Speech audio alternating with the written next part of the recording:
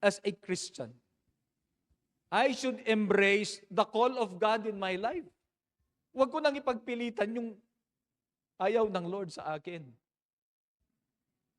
I should embrace the call of God.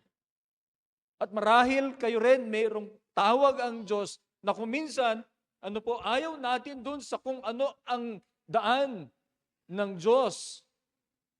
At pinipilit natin yung sa atin.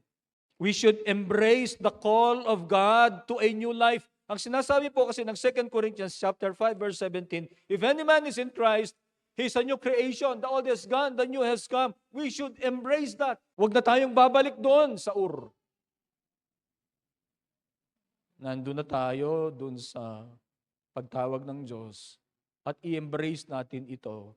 At hindi lamang po embracing, kundi living, paglisan, pag-alis, living the old life of sin na hindi nababalikan.